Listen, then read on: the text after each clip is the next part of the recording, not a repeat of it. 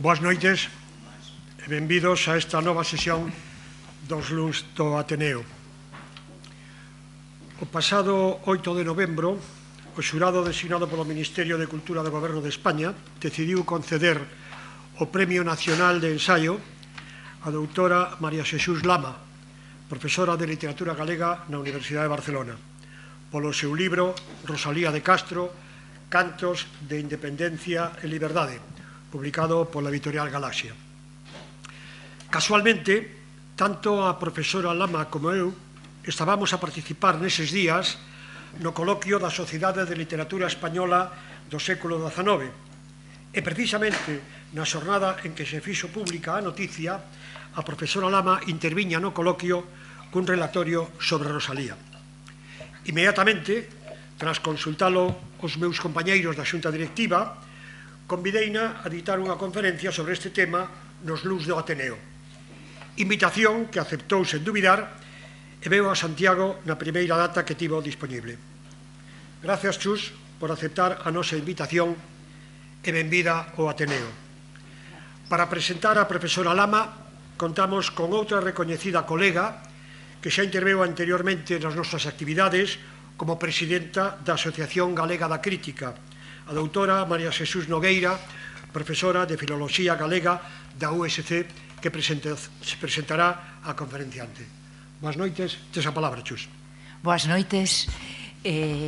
O meu agradecemento para o Ateneo por esta oportunidade de acompañar a Chus Lama, a quen me une pois non só o afecto, senón algunhas experiencias en proxectos diversos. É un placer, pero ademais de ser un placer, é unha fortuna poder contar hoxe con ela para falarnos de cuestións biográficas de Rosalía de Castro. É unha fortuna porque ela leva traballado no tema rosaliano, creo que non me equivoco se digo que décadas, non? E, ademais, como se dixo, acaba de publicar recentemente, publicou un documentadísimo e innovador estudo titulado Rosalía de Castro, Cantos de Independencia e Liberdade, e 1837-1863. Leo esa data do subtítulo porque, felizmente, ese ensaio biográfico entendemos que vai ter continuidade e achegará ou seguirá achegando luz á biografía de Rosalía.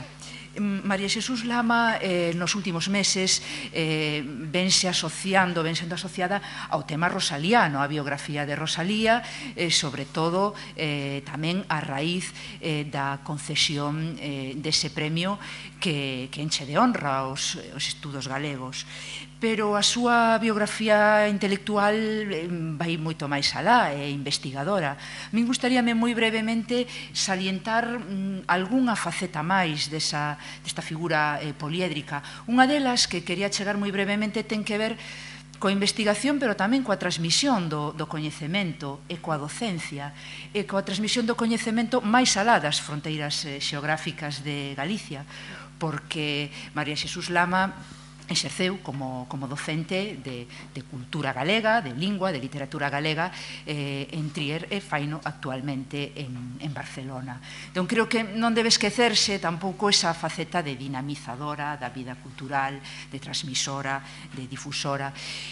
Logo, no ámbito xa da investigación, alén desa extensa investigación sobre Rosalía, que vai moito máis alá, desde logo, deste libro, traballou un tema non menos interesante como é o celtismo na cultura galega, a materia da Bretaña, o que a levou a chegarse a obra de Álvaro Cunqueiro, de Méndez Ferrín, e tamén aínda desenvolveu outra liña que ten que ver coa literatura da emigración, do exilio. Por falarlle só de tres piares da súa investigación, que non se podería sintetizar nin tería sentido nuns minutos. Con respecto aos estudos rosalianos, díxose en numerosos ámbitos que este libro, merecedor do Premio Nacional de Ensaio, de alguna maneira marcaba un antes e un despois nos estudos rosalianos, pola súa novidade en canto á metodoloxía de investigación, pero, sobre todo, por algo que eu vou adiantar e que sospeito que ela lle dará continuidade, que polo seu carácter revisionista, pola súa constante vontade de revisar, desmontar, derrubar unha serie de tópicos que foron xurdindo arredor da figura de Rosalía e, en especial, da súa biografía, pois desde a súa orixe, o seu suposto abandono materno, até o papel de Manuel Murguía na publicación da súa obra. Cuestións importantísimas que ela debulla sempre con rigor, como anticipo que con rigor estou segura que desenvolverá estas achegas esta tarde. Deixolle logo a palabra a María Xesús Lama.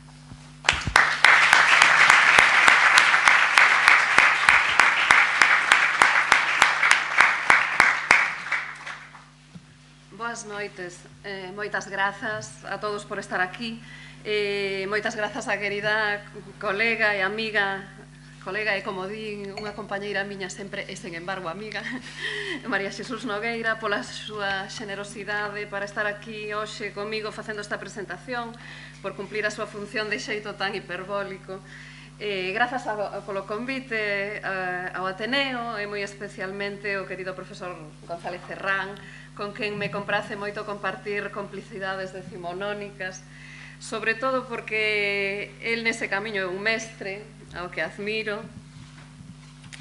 Espero imitar pois as súas investigacións sobre autores como Pereda, Pardo Bazán. Son, sen dúbida, hoxe en día chegas clásicas imprescindibles. Penso que o seu convite que me permite estar hoxe aquí é a demostración de que ten razón Peter Sloterdijk con esa definición do humanismo que fixo famosa, que o humanismo é a telecomunicación fundadora de amizades que se realiza mediante a linguaxe escrita, porque a verdade é que ás veces nos coñecemos polo que escribimos sen chegar a falar moito en directo, pero temos a impresión de que nos coñecemos máis do que realmente no ti a ti, do que realmente é a relación directa. Ben, o título que propuxen para esta charla, como ven, faille así unha chiscadela ao mundo do cinema, que seguramente nos traerá a todos unha imaxe, en busca da biografía perdida, en busca da arca perdida, esa imaxe de Harrison Ford no cartel da película, co látigo, voando arredor do seu sorriso imperturbable dese magnífico actor. Nada máis lonxe do que esperaban escoitar hoxe cando entraron por esta porta, supoño, pero permítanme unha pequena digresión a partir desta imaxe.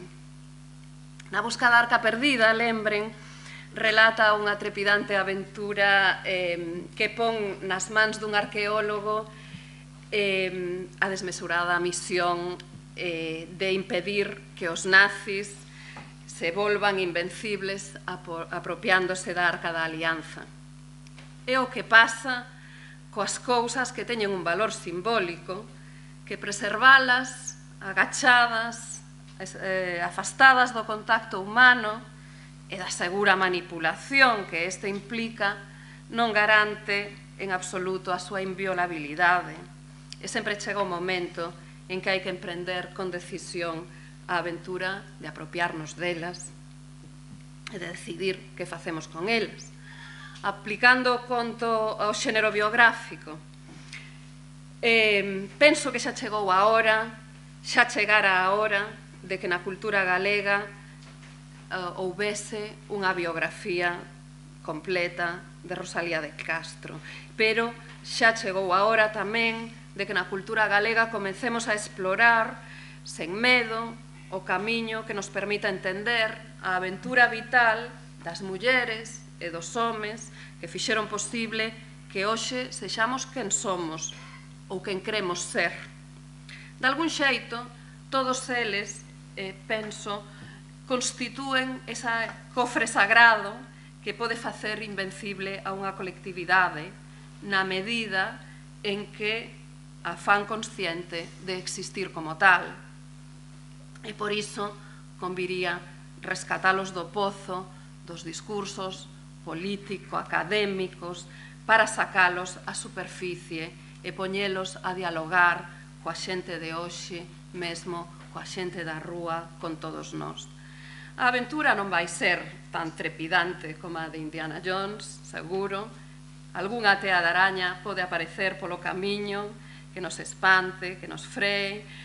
E, así e todo, non convén emprender ese rescate con finalidade utilitaria, como sucedía cos opositores a Indiana na aventura da película, porque ese atrevemento pode levar a acabar absorbidos pola forza sobrenatural da arca.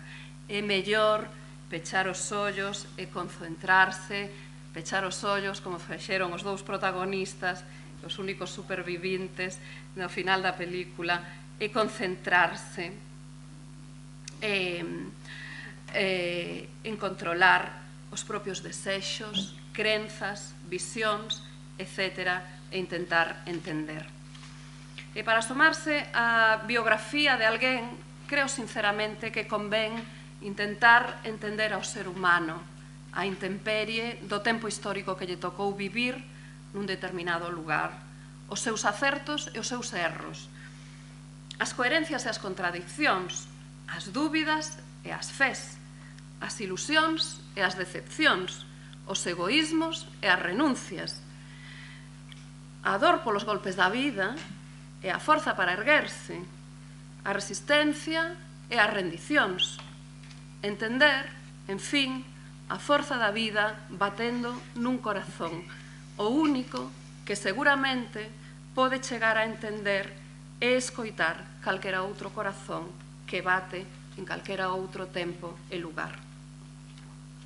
Tal vez teño ese convencemento porque a biografía que eu exploro é a de Rosalía de Castro, unha escritora que seguramente todos vostedes coñecen e como a coñecen saben que consegue coa súa obra enfrontarnos constantemente con esa forza vital que nos interpela. Hai que decir que é un fenómeno ben sorprendente que puidésemos chegar a celebrar o centenario do pasamento de Rosalía de Castro sen unha biografía sólida e mesmo que ninguén dos múltiples especialistas rosalianos que participaran xa daquela, no centenario, en 1985 no Congreso Internacional, recollera a luva de iniciar un traballo biográfico de longo alcance.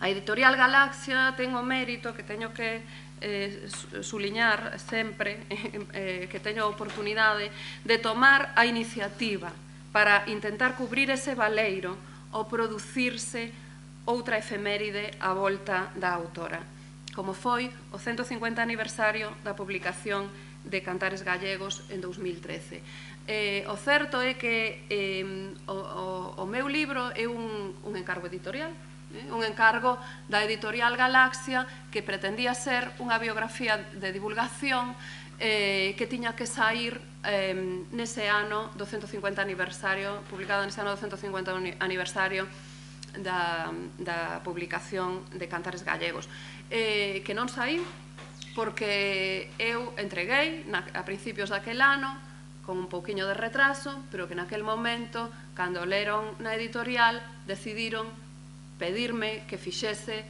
unha ampliación do traballo porque lles interesou a orientación que en principio tiña, superaba un pouco o que eles pensaban, que fose unha biografía como de divulgación, tiña que ser breve, de fácil lectura, bueno, como me pasara un pouco, pois decidiron pedirme que xa me pasara de todo, xa que entrara por ese camiño e que fixese xa unha biografía máis extensa, aínda que houbese que esperar un pouco, non? Pero realmente o mérito é de quen se atreveu a iniciar ese proxecto desde a editorial.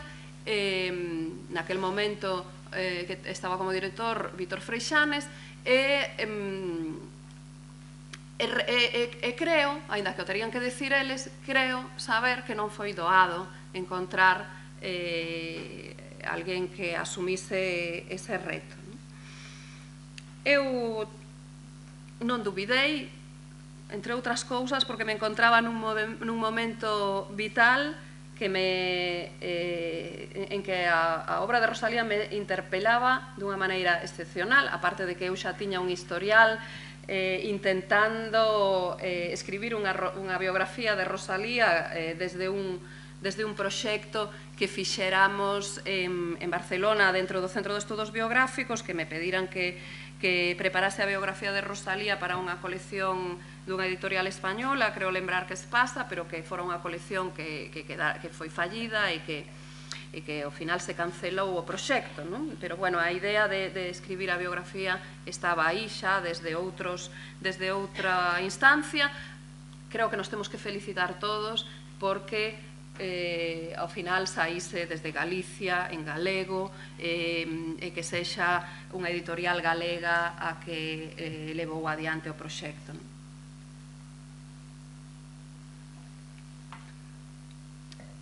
Ben, entón, comecemos polo principio, preguntaránse vostedes, seguramente por onde se empezou unha biografía. Bueno, pois o primeiro paso non é nada novo, como en calquera outro ámbito, consiste en examinar o estado da cuestión e, polo tanto, recompilar, examinar todo o material existente. E despois convén buscar as testemunhas máis directas posibles e aquí empezan as novidades. Entón, o primeiro desafío consiste en comprobar ese dato tan repetido da ausencia de fondos e, polo tanto, buscar os documentos orixinais daqueles que xa son coñecidos, seguindo as pegadas das fontes secundarias para comprobar a fiabilidade desas versións que se transmitían ata hoxe e ao mesmo tempo localizar os depósitos arquivísticos. Son os primeiros investigadores de mediados do século XX os responsables da transmisión de documentos importantes que comenzan a localizarse cando se empeza a temer a posibilidade da súa destrucción e desaparición, como ocorre sobre todo coas casas. Algúns seguramente de vostedes coñecerán a historia das casas de Rosalía.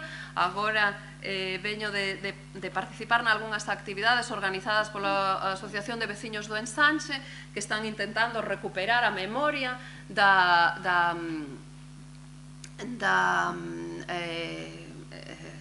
existencia da casa na actual Praza de Vigo, da casa onde se produciu o nacemento de Rosalía de Castro, que desapareceu, barrida polas novas construccións. Houbo a sorte de que esa reacción a principios de século, en cambio, sí que salvou a casa da súa morte, que hoxe a casa da Fundación. Pero penso que todo isto é o signo do importante que é conservar estes elementos simbólicos e do importante que é que haxa investigación e que se reclamen e se reivindiquen algúns lugares e algúns espacios, que se coñeza o seu significado, porque que senón imos perdendo a nosa memoria. Bueno, pois o intento de cotexar a documentación reproducida por autores desa época, como Juan Naya, Camaño Bornacel, González Besada, Vázquez Rey, Carballo Calero e, sobre todo, Bouza Brei, foi un traballo moi interesante. A min serviume para descubrir o espallamento da documentación, como os manuscritos de cartas de Rosalía, que están espallados por diferentes institucións, como a Real Academia, os arquivos da Deputación, o Arquivo do Concello da Coruña, a Fundación Rosalía de Castro, a Fundación Penzol. Outros documentos había que solicitalos no Arquivo Histórico Universitario, na Biblioteca Nacional, a Parroquia de San Ildefonso. Eu penso que, non sei, creo que non se reproducirá nunca o certificado de casamento da Parroquia de San Ildefonso. Desde logo o párroco da Igrexa case tiña constancia de que ninguén lle pedira nunca semellante cousa, e ali estaba. no medio dun libro da época. Ben, esta experiencia pois serviume para tomar conciencia de que compre facer unha reflexión como país sobre que tipo de política cultural estamos facendo en relación coa conservación das fontes da nosa cultura, sobre a planificación arquivística, pois a calidade profesional dos conservadores non pode chegar a onde debe facelo unha planificación de conxunto cunha boa política para agrupar documentos segundo a coherencia dos fondos e cun plan de divulgación que dé a coñecer as xoias que se conservan guardadas en cada arquivo. Nese proceso apareceron algunhas novidades, aínda que pareza sorprendente que nunha autora como Rosalía aínda poden aparecer novidades, non? Con tantos anos de estudos rosalianos e con tantos grandes especialistas traballando nese eido, pero algunhas apareceron e deron lugar a algúns proxectos que se foron construindo en paralelo ao traballo coa biografía, como os poemas inéditos do suposto proxecto de último libro titulado Postrimerías e de algúns manuscritos máis que editei con Enrique Monteagudo en soporte digital da Real Academia, agora reproducidos nos inéditos de Rosalía que editou Enrique Monteagudo. Doutra banda, ao analizar todas as cartas, xurdiu tamén a posibilidade de colaborar co proxecto de epistolarios en rede do Consello da Cultura Galega para editar todo o epistolario da autora, de maneira que se poidan consultar todas as cartas, que estean accesibles os orixinais e as lecturas para os investigadores. Aí nese enderezo, ese proxecto do Consello da Cultura, pois están as transcripcións, pero tamén se pode ver o manuscrito orixinal fotografado. Ese pequeno corpus de cartas de Rosalía que ata agora estaban publicadas tamén dun xeito disperso, aínda non... Pois, por un lado, as cartas a Murguía, por outro lado, as cartas a Pondal, ou Ángel Baltar, a Xosé María Posada, a Tobío Campos, etc.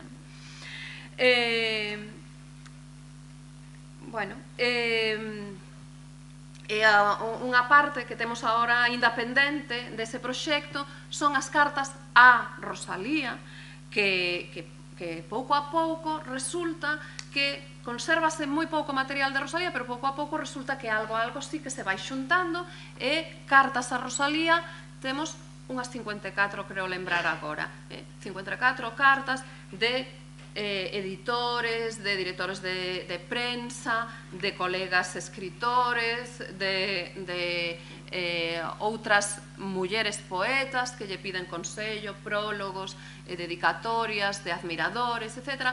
O cal, penso que é unha baza interesante tamén para mostrar e para demostrar esa afirmación de que Rosalía era unha profesional da escrita, era unha persoa que estaba dedicada á escrita dunha maneira que era considerada polos seus contemporáneos tamén cunha certa profesionalidade dentro do que era posible nese momento. Pero unha vez compilada a documentación preséntase o problema máis importante, que é construir o relato biográfico, porque penso que bueno, agora vamos a ver, eu utilizo a expresión relato biográfico tamén con plena conciencia, porque unha cousa é acumular datos e outra cousa tamén é un paso, penso que posterior, é darlle forma a esos datos e poñerlle alma de algún xeito, non? Porque todos nós sabemos que a nosa biografía ten unha determinada serie de acontecementos que a definen, pero Con esa determinada serie de acontecementos, calquera de nós pode facer o relato biográfico de unha vida desgraciada, de unha vida feliz, de unha vida plena, dunha vida chea de frustracións. Unha cousa son os feitos, outra cousa é a construción do relato. Xa no Congreso Internacional de 1985, García Sabel formulaba algunhas cuestións arredor do reto que debía afrontar unha biografía de Rosalía de Castro e propoñía ir máis aló dos datos concretos que a él lle parecían xa abundantemente documentados para descubrir o carácter de Rosalía. Decía García Sabel: coñecemos con datos dabondo detalles e máis detalles arredor dos diversos avatares biográficos que se trenzaron no seu percorrido vital.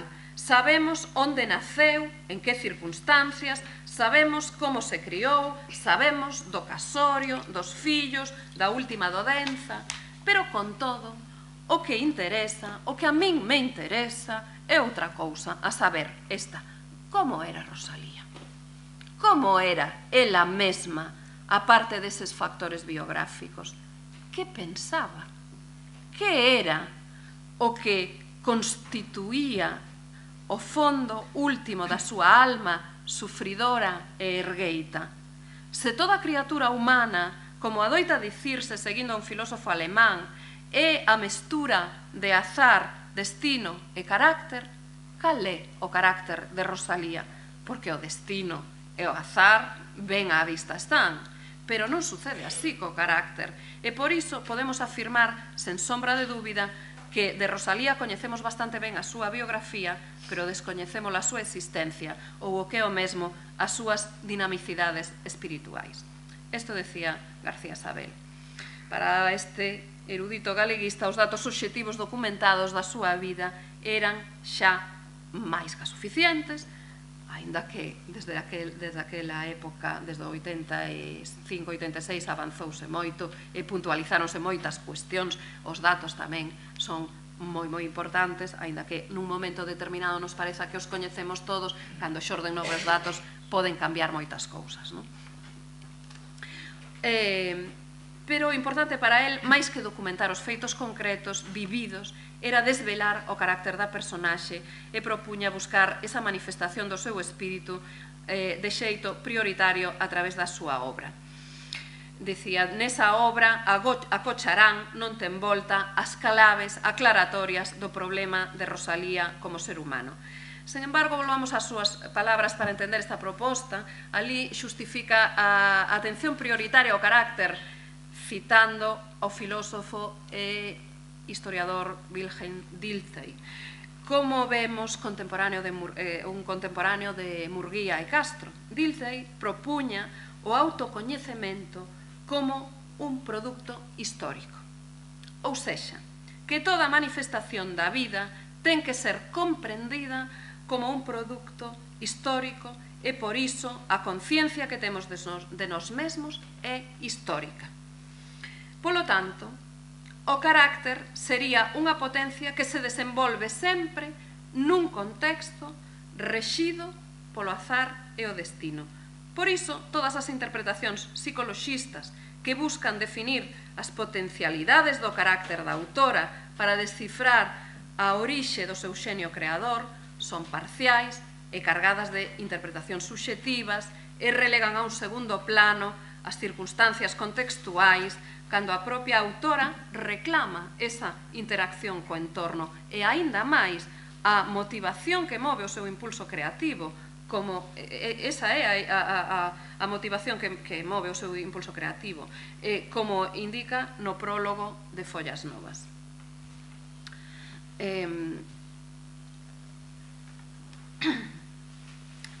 Galicia, dicía no prólogo de Follas Novas, era nos cantares o obxecto... vale, é a seguinte.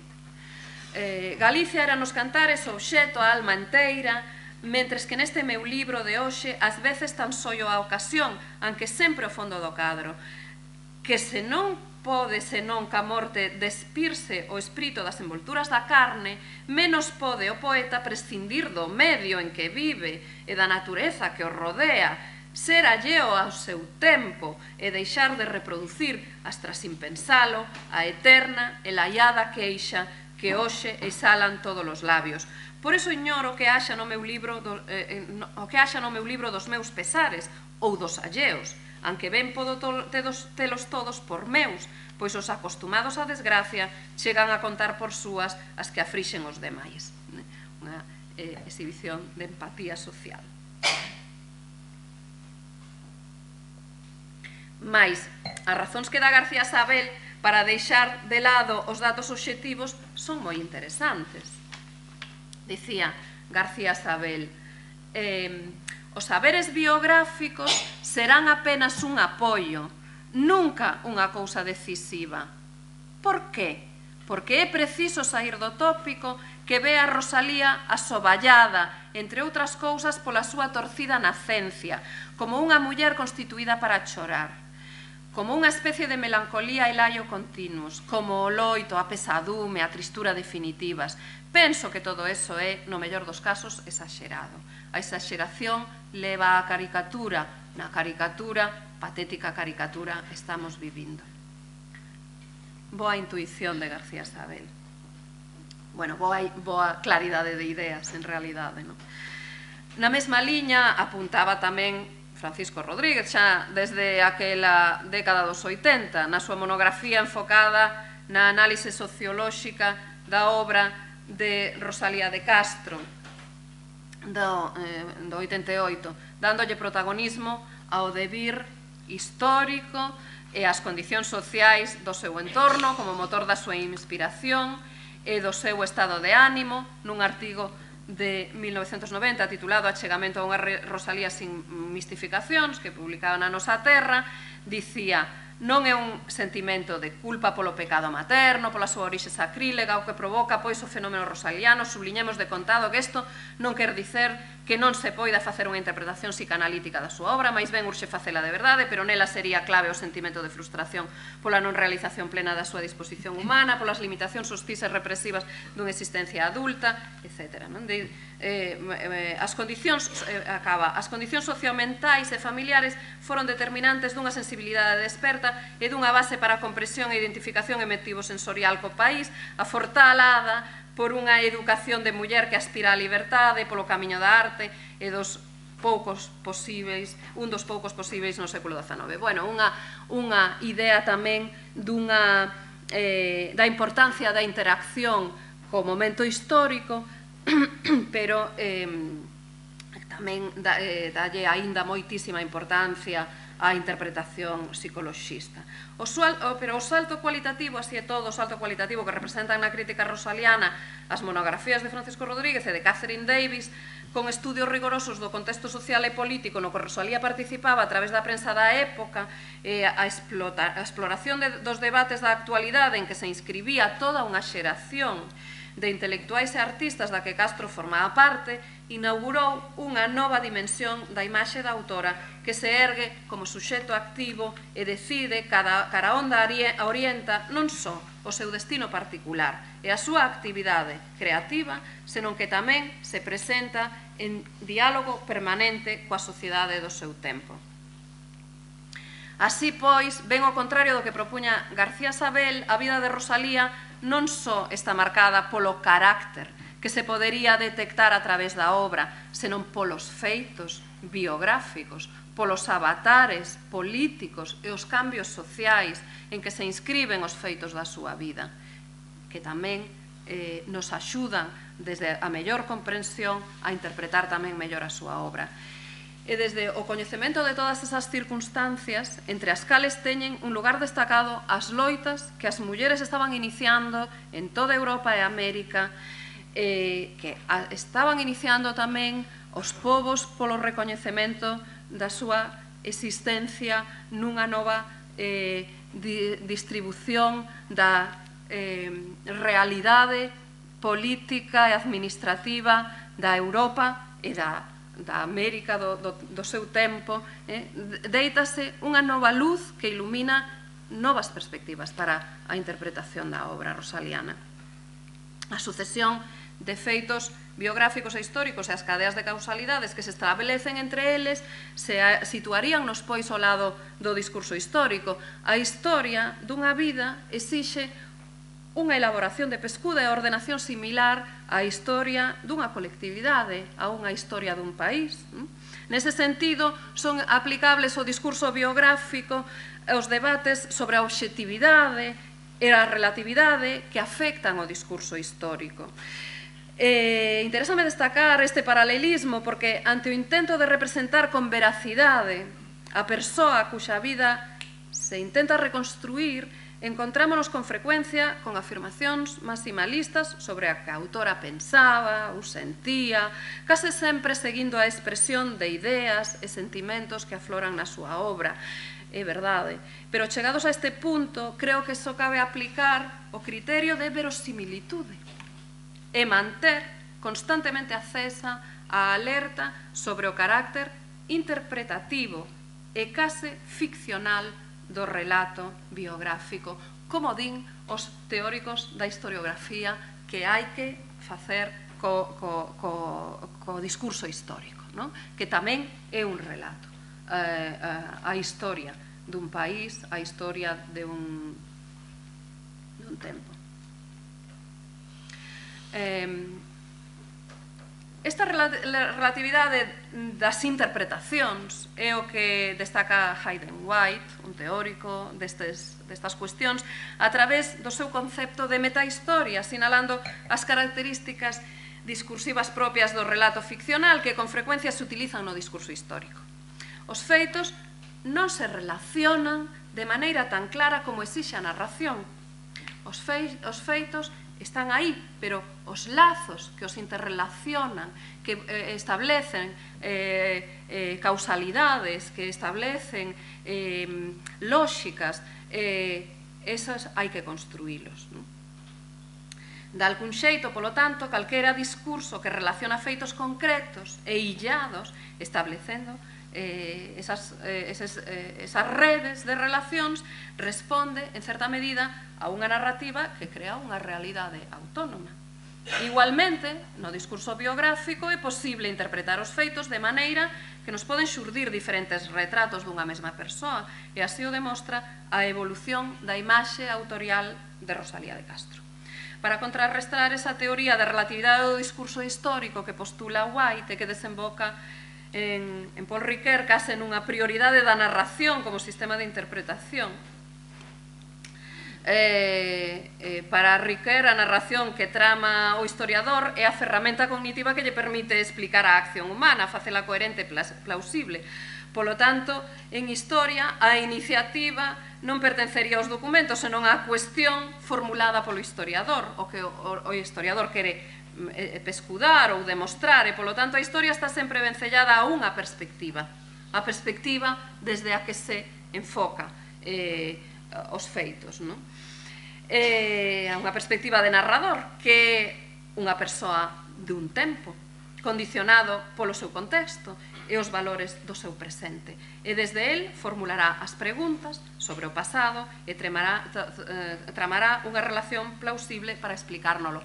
É por iso que a vida de Rosalía de Castro foi explicada de diferentes maneiras en diferentes épocas. Nalgúna época interesaba preguntarnos ata que interesaba a xente de certa época, interesaba sobre todo a determinadas preguntas, preguntarse se era unha muller exemplar na súa vida familiar, na súa vida tal, e había que demostralo. Se era unha persoa que tiña unha orixe familiar determinada, e aí se incidiu moito en buscar toda a xenealoxía familiar, como se iso fose especialmente importante para a dignificación do personaxe. Noutros momentos interésanos preguntarnos pola súa vertente de compromiso social, noutros momentos interesa máis a vertente de compromiso feminista, compromiso coa causa das mulleres, da igualdade, da defensa dos dereitos das mulleres, etc. Pero son preguntas que nos facemos hoxe non porque sexamos máis listos, non porque sexamos mellores, non porque teñamos nada, porque son as preguntas do noso tempo. Nese sentido, é no que din os estudiosos destas cuestións, que o relato biográfico é un relato histórico, que cambia segundo o momento histórico, non? E por iso eu sempre digo que o que eu escribo é unha posible biografía, a biografía que hai, que eu podo escribir agora de Rosalía de Castro, espero que sexa superada, que xordan novas facetas, porque Rosalía de Castro, como autora, como escritora, como personaxe, como persoa, con tremenda complexidade e profundidade, dá para múltiples lecturas, por iso é unha autora canónica que estará aí durante moito tempo e que será lida por moitas xeracións. Foi lida por moitas xeracións, seguirá sendo lida por moitas xeracións que nos superarán. De feito, penso que algún día, espero que algún día se faga unha película, un biopic destes que tanto agora se fala de Rosalía de Castro. Agora eu acabo de ver a biografía de Lu Andrea Salomé e realmente penso que as nosas fillas xa nos están pedindo outro guión. Xa nos están pedindo outro guión, un guión que nos mesmas, mulleres como eu da miña xeración, aínda non pedíamos, non éramos conscientes. Esa biografía de Lu Andrea Salomé é unha biografía dominada pola historia das súas relacións sentimentais. Unha muller que ten unha obra, que tiña unhas preocupacións intelectuais, que precisamente fuxiu toda a súa vida de limitarse a unha relación sentimental. Aínda nos estamos limitando a construir a vida das mulleres en función das súas relacións cos homes. As nosas fillas, efectivamente, xa nos están pedindo outro guión. Cal é a vida de esa muller? Que pensaba? Que escribía? Que temas lle preocupaban? En que dimensión se innovaba? Que coñecía? Que sabía e que pensaba? Como di a propia Rosalía no seu tempo. Aínda non nos deixan as mulleres decir o que sabemos e o que pensamos. Parece que levamos aínda moito tempo sin que nos resulte interesante preguntarnos que é o que saben e o que pensan as mulleres, non? Aínda somos capaces de contemplar a súa vida só a través e dándolle protagonismo ás súas relacións sentimentais. Bueno, pois pasando ao que creo que xa estou pasándome un pouquiño de tempo, non? Vou a resumir un pouco e vou a resumir facendo unha relación así un pouco enumerativa do que penso eu que son as achegas nas que puiden eu aportar algunha cousa nova nesta primeira parte da biografía de Rosalía de Castro. Grazas, Chus, por destacar iso das datas, porque efectivamente esta é unha biografía dunha muller, este volume é a biografía dunha muller de 26 anos. De 26 anos. Cando me propuxeron a idea de dividilo en 2 volumes, pensei que isto podía ser tamén unha cuestión moi interesante, porque de algunha maneira, non sei por qué, de Rosalía dásenos unha imaxe dunha muller embellecida, bella, vestida dunha maneira oscura, non? Rosalía non foi bella nunca. Rosalía non foi bella porque morreu con 48 anos. Entón, este primeiro volume é unha biografía dunha rapaza moi nova. É unha biografía dunha rapaza que xa, no momento en que se corta, no 63, xa ten publicada obra moi importante. Obra que marca a historia de unha literatura nacional, os cantares gallegos. E, polo tanto, creo que isto tamén, simplemente pensar isto, tamén nos dá unha dimensión da personaxe. Pero, vou entón a pasar a enumerar o que considero que constitúen as achegas esenciais desta biografía, desta primeira parte da vida de Rosalía, deses 26 anos. Primeiro, sobre a idea que existe da orixe, a relación ou non, da orixe de Rosalía e a súa relación ou non co mundo rural. En realidade, polo que eu puiden investigar, desvélase como unha persoa moi urbana, de orixe acomodada, era unha señorita en toda regra, que coa nai vivía das rentas que lle tocaban pola familia de Castro. Perdoen, un inciso, porque eu tiña aquí un elemento escenográfico que se me estaba olvidando. Que trouxen dúas laranxas da casa do Pazo de Arretén. O Pazo de Arretén é un pazo magnífico, é un pazo duns señores com cal, que din os cataláns, non? Que tiñan rentas por todo o país, que tiñan en xeracións anteriores, non temos claro, supoñemos que non, na xeración xa de Rosalía, pero en xeracións anteriores tiñan casas en Santiago, tiñan moitas propiedades, están nunha fase de decadencia, eso sí, nun momento en que se está transformando a sociedade, perdendo forza a clase nobre, a clase fidalga, e xurdindo novos axentes sociais que son os que manexan o diñeiro, consolidándose a clase burguesa, artesanal, urbana, etc., que están perdendo as rendas, pero esa é a orixe señorial, non? E urbana. Bueno, no testamento do bisavó aínda deixaba unhas cantas casas en Santiago, rentas por toda a comarca de Padrón, etc. E criouse gozando do ocio e benestar da súa clase. Ademais, ela medrou entre Padrón e Compostela, e hai que ter en conta que Padrón era unha vila relativamente grande, con máis poboación.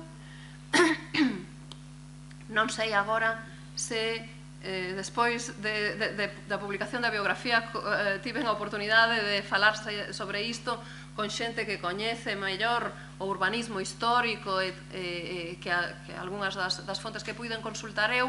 Creo que os datos que manexei sobre a poboación de Padrón eran do total do concello, non só da vila, pero nese momento, eses datos indicaban que Padrón era máis grande que Vigo na época. Vigo era moi pequeniño naquele momento, era unha vila pequena, non?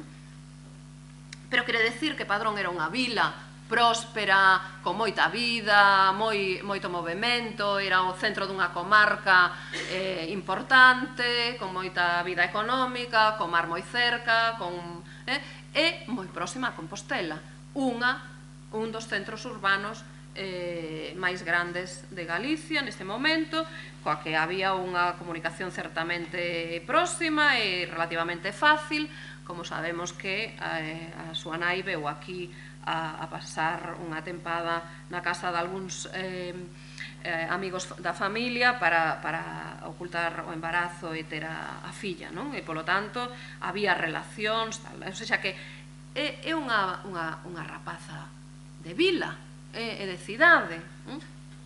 Despois de moza gustáballe Madrid, inda que non lle gustase Castela, gustáballe Coruña, moito máis que Santiago, en fin, é unha persoa urbana que viviu en contacto co mundo rural, que efectivamente sabemos moi ben, que coñecía moi ben a realidade do mundo rural, pero é que en Compostela hai 40 anos, aínda o contacto co mundo rural, aínda que fose vivindo na cidade, era doado, era fluido, non? Porque había eran cidades pequenas onde a xente do campo viña aquí aos mercados, etc. Polo tanto, ese coñecemento non era necesario vivir aí no medio dunha casa de Ortoño dunha aldea, onde viviu, por certo, ben pouco tempo, non? Segundo, en relación co tema da paternidade, pois, bueno, a paternidade de Martínez Viojo, aínda que houve aí en tempos un pequeno debate sobre a cuestión, pero, bueno, parece incuestionable. A relación de Teresa de Castro con Martínez Viojo, o que me indican a min os datos é que esa relación puido ser iniciada na mocidade e puido ser unha relación longa. O feito de que a nai de Rosalía tivese a filla maior, con 30 e tantos anos, non indica que fose, como se dicía en algún momento, unha señora maior, unha muller de 30 e tantos anos, que, en fin, naquela época, efectivamente, xa era unha moza serodia, dirían, non? Pero que, en fin, que ten así unha aventura. A ver, Martínez Viojo vai de capelán para Iria, pero vai destinado para ser tamén o campelán que misa na capela do Pazo. Moi noviño, é o seu primeiro destino. Teresa era nova tamén. Pois, bueno, xa se sabe que as rapazas novas, viña un cura noviño, entón, pois facían amizade, era con quen podían ter unha conversa un pouco interesante e tal. Desde logo, coñecíanse dende moi novos. Agora tiven a oportunidade de ver o Pazo de Arretén por dentro, que non puidera facelo antes. Bueno, isto é un pouco así de cotilleo, pero pois vou explicar aquí, aínda que non sexa moi académico. A capela do Pazo de Arretén ten esta pegada ao Pazo, e ten un apartado onde era unha sacristía, había tamén un pequeno forno onde recibían os pobres e ali lles daban algo de comer e tal, non? E hai había un pequeno pasadizo por onde se pasaba do Pazo a capela. Non sei se iso podía facilitar que houvese unha certa comunicación a horas intempestivas entre a capela e... En fin. Bueno, pero eu penso que se desmonta a idea do trauma da orixe que deu tanto para falar sobre a frustración, a dor existencial, non sei que, o trauma da orixe. Creo eu que é unha fantasía do relato biográfico histórico. En determinada época non se podía, quizáis, concebir outra maneira máis que unha filla de solteira, sobre todo filla dun cura, tiña que estar traumatizada por esa situación.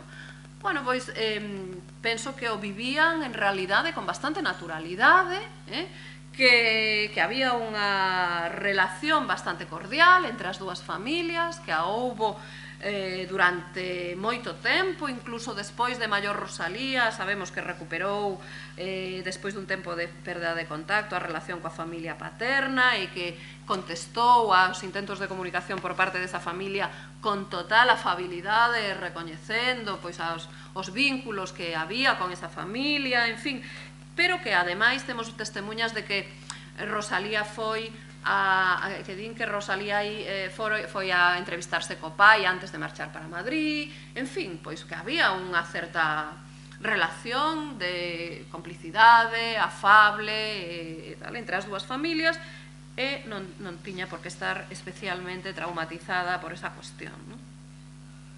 Despois, sobre a súa formación, o período de formación na infancia e adolescencia, a min pareceme que é evidente que foi a escola primaria en Padrón como calquera outra nena de Padrón, porque en Padrón había unha escola de nenas. Entón, pois, era unha escola de nenas do concello, e se ian ali, se ian a esa escola todas as nenas dos veciños de Padrón, porque no padrón de Padrón figuran a relación das familias e din dos nenos estudante, ou das nenas tamén de estudante, colexial, pois ian as nenas do fillo dun ferreiro, do fillo dunha tecelá, do fillo de... Porque non ia ir Rosalía. Se non ia a esa escola, sería porque tiña algunha opción mellor, porque tiña algún profesor particular na casa ou o que fose, pero escola de nenas había unha profesora que era unha señora de orixe inglés que mesmo fixo un caderniño para os seus alumnos, que publicou un pequeno manual, etc. É dicir, que tuvo unha educación regrada. Logo, podemos deducir cos datos que se foron dando a coñecer nas últimas décadas, podemos deducir que veu para Santiago máis cedo do que se dicía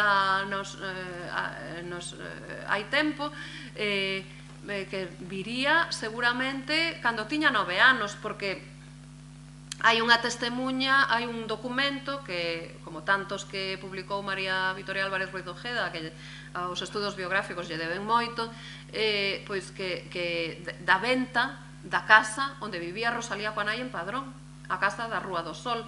Entón, se vendieron esa casa no ano 46, sería porque viñan a vivir para Santiago, non? Porque xa non tiñan pensado seguir vivindo en Padrón.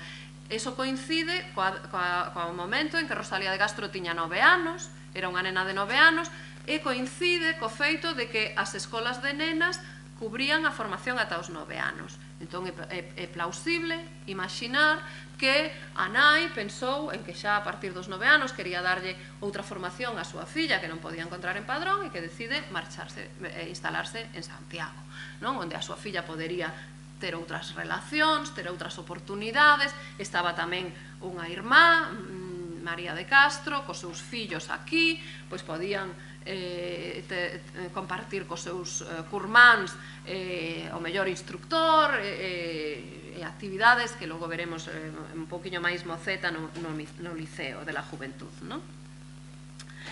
Desde logo foi liceísta, e se partimos de que liceos, ateneos e casinos xorden na época como novo marco de sociabilidade vencellados ao liberalismo, onde se practicaban todas as artes, especialmente a música vencellada coas artes escénicas, pois tamén isto xa nos dá un perfil da formación de Rosalía de Castro e da actitude da súa nai, de que formación escollía para a súa filla, en que ámbitos estaba esa señora e que escollas facía para a formación da súa filla. Respecto á formación ideolóxica, pois eu creo que hai que cuestionar moi claramente a teoría de que escribe e publica e se relaciona no mundiño cultural grazas a Murguía.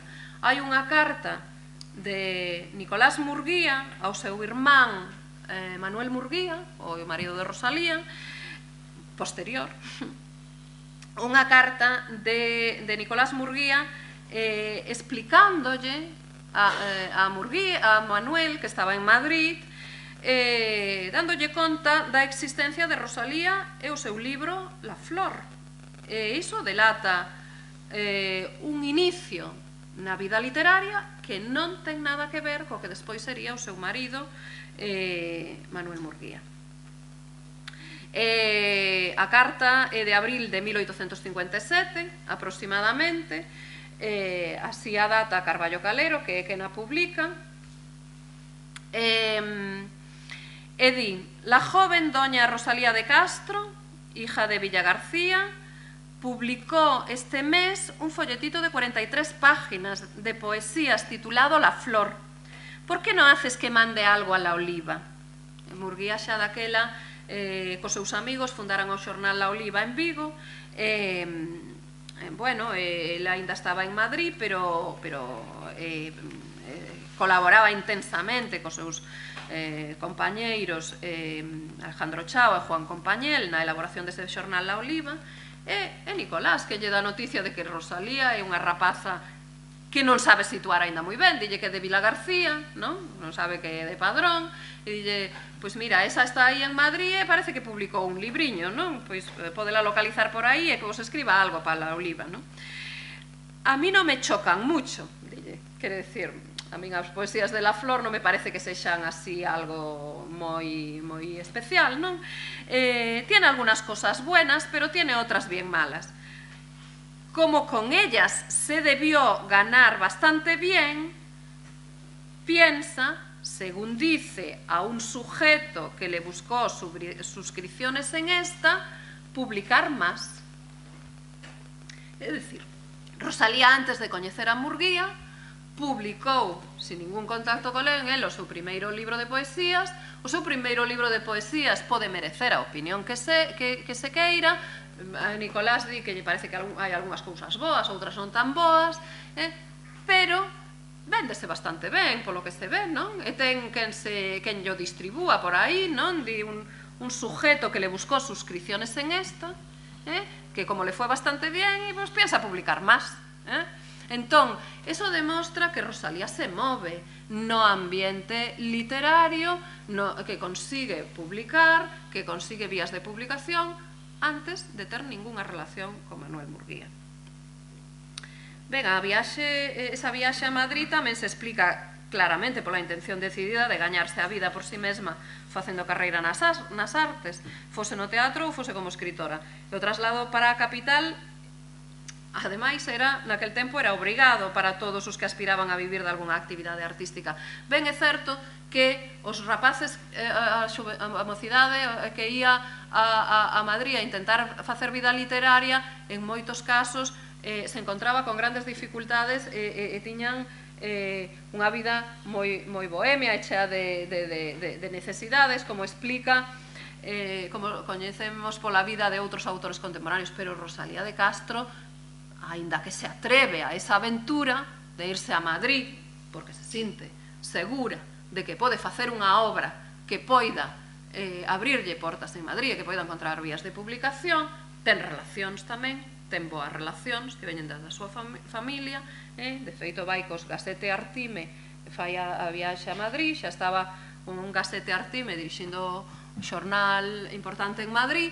Entón, xa ten as súas relacións tamén polas súas vías, ten primos tamén ali, que tamén van ao Ateneo de Madrid, enseguida se encontra con uns círculos, ademais que, aínda que non coñecese a ninguén, sendo liceísta, xa sabía moi ben a onde dirixirse, non? Ao liceo, ao Ateneo, onde se encontra xente que ten os intereses que ten ela, non?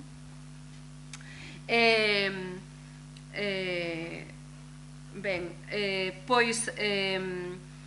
entón, creo que tamén está claro que Rosalía non está soa antes de coñecer a Murguía. Non é unha personalidade illada que escribe dende a súa casa movida por unha inspiración sentimentaloide, en absoluto. Está relacionada con outras mozas e mozos da súa xeración, ten unha ampla rede con todos os primos e as amizades familiares.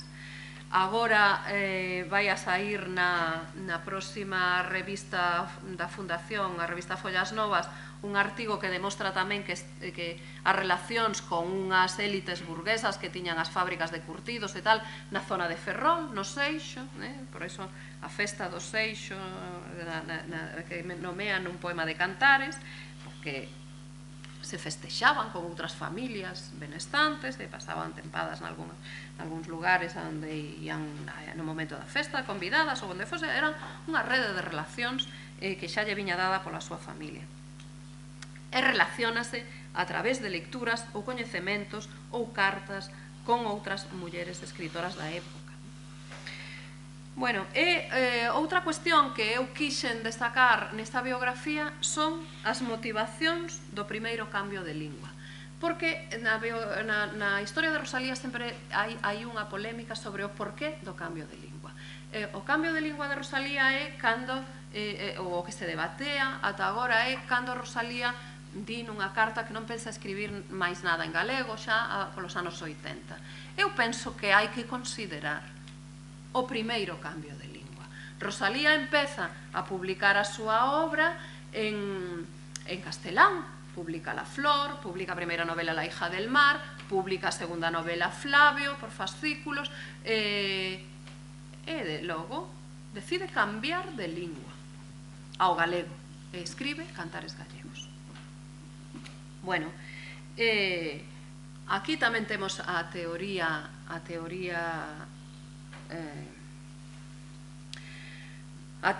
de que a influencia de Murguía, no ano 63 xa estaba casada con Murguía, xa Murguía escribira unha serie de artigos en el Museo Universal sobre como debía enfocarse a construcción dunha literatura nacional, etc. etc. Pero eu penso que demostrei que Rosalía decide por si mesma escribir en galego. É o propio Murguía que non di. É o propio Murguía quen di que un día, paseando, dixo, pois vou a escribir uns poemas en galego, onde quero mostrar como os cantares da xente do noso campo e a nosa lingua ten esta capacidade expresiva, esta beleza e tal. Ela dio, e ademais, ollo, temos un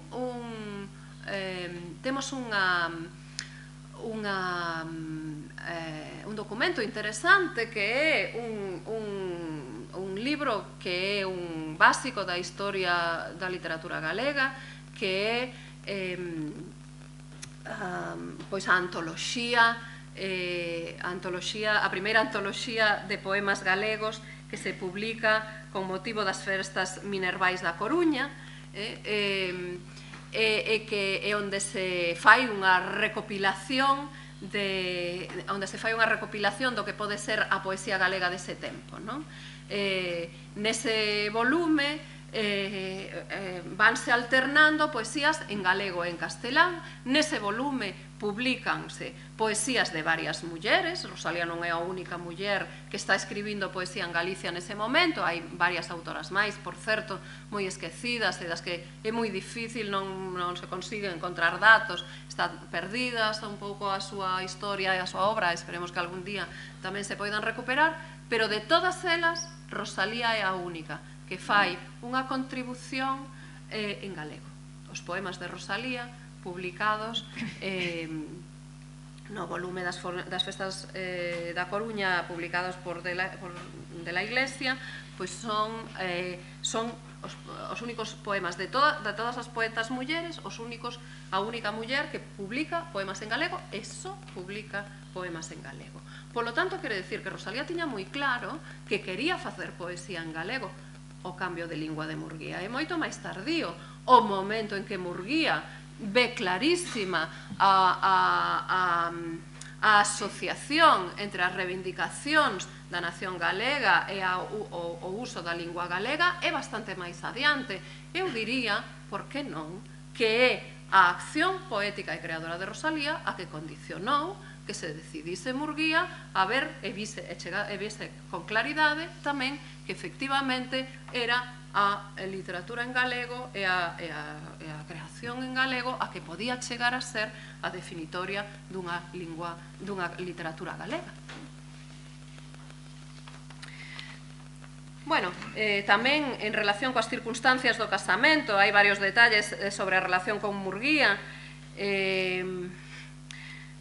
Algúns casi prefiro saltalos por saltalos, pero tamén en relación xa os descubrirán se len con atención na biografía, tamén sobre o regreso a Galicia inmediatamente despois do casamento. Penso que a teoría é que incluso na biografía que fai Barreiro de Murguía é que regresan porque Murguía quería dedicarse a facer a historia de Galicia, e deciden regresar a Galicia, e tamén porque Rosalía estaba enferma, moi enferma, esa historia de que Rosalía se poñía tan enferma que tiña que volver a Galicia. Bueno,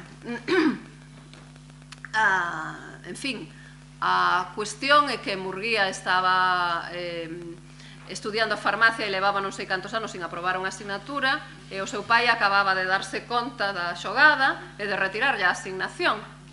Entón, pois, Ademais, pois eso de colaborar na prensa do momento, de moda no momento, pois é algo que dá moito nome, pero ás veces non dá moito diñeiro. E ademais Murguía meterase unha especialidade del en batalliñas, que, pois bueno, o editor de La Iberia era un home experimentado e moi hábil para manexar aos novos con ansia de gloria, e fixera unhas críticas aí de arte que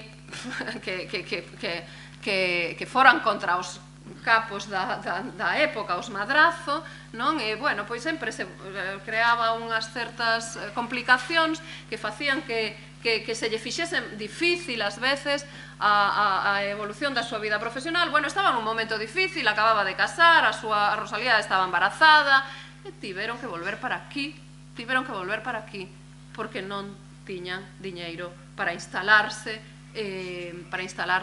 en Madrid como familia independente, porque xa non tiña sentido que cada un seguise vivindo na súa casa. Murguía igual co que gañaba podía ir tirando para vivir de maneira independente, pero Rosalía vivindo na casa da familia, pero para instalarse xuntos, poñer casa, esperar unha criatura, etc., pois non había diñeiro, así que volveron para Galicia co rabo entre as pernas.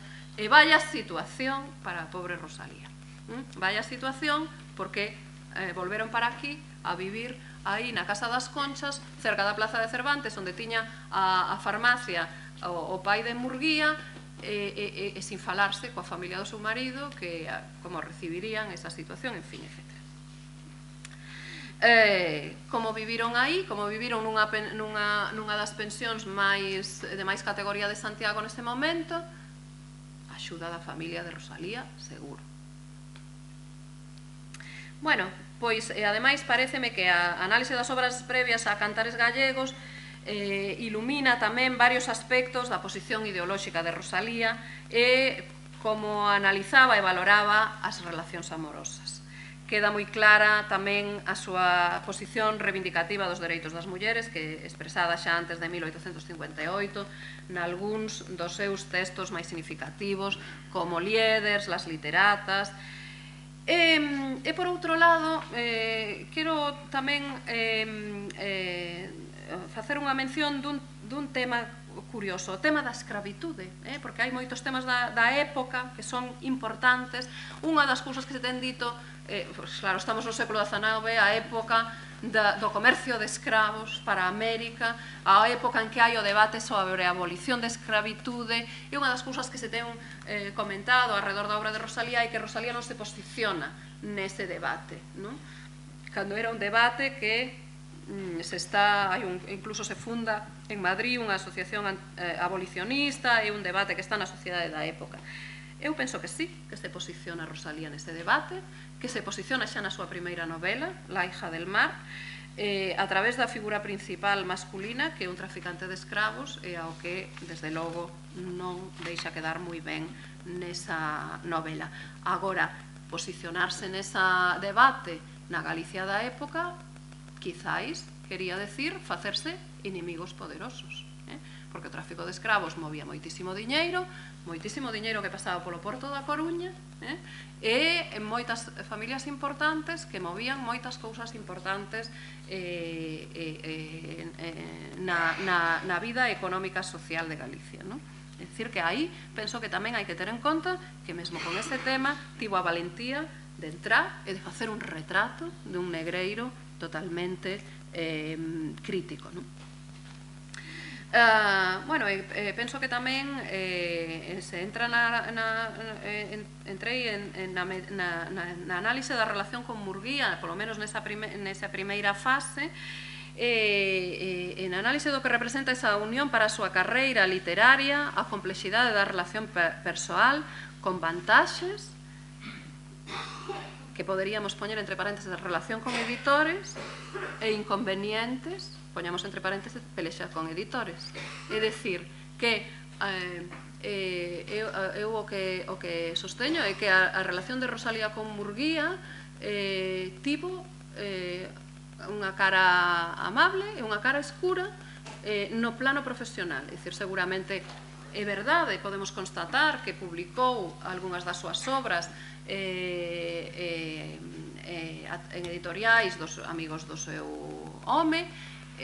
Iso pode ser porque eso lle facilitaba as cousas, ou pode ser porque, aínda que ela tivese outras opcións, se estivese soa, estando con el, evidentemente ia publicar cos seus amigos, non?